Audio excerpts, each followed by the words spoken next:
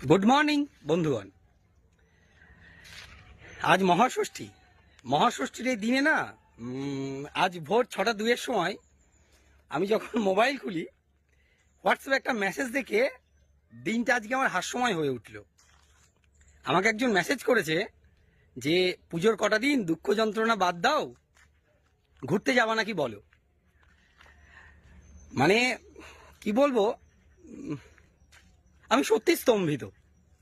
যে মানুষ ফাঁক খোঁজে সব সময় কিভাবে আমাকে ছোট করা যায়, আমাকে অপমান করা যায়, কষ্ট দেওয়া যায়, সেই মানুষ আজকে হঠাৎ করে এই কথাটা আমাকে বলেছে। সেটা থেকে আমি সত্যি সত্যি বাকরুদ্ধ। মানে আমার আর তাকে কিছু বলবার আর ভাষা ছিল না।